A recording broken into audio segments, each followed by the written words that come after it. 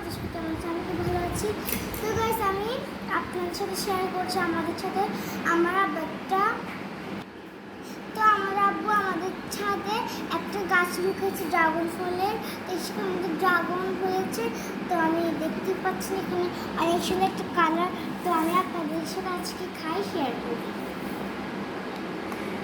দেখুন এই কালারটা এত সুন্দর, আপনি তো দেখতেই পাচ্ছেন।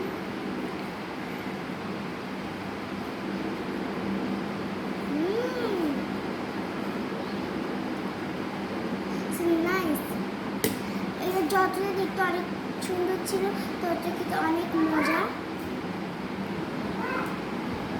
আপনারাও খান। আপনারাও খান।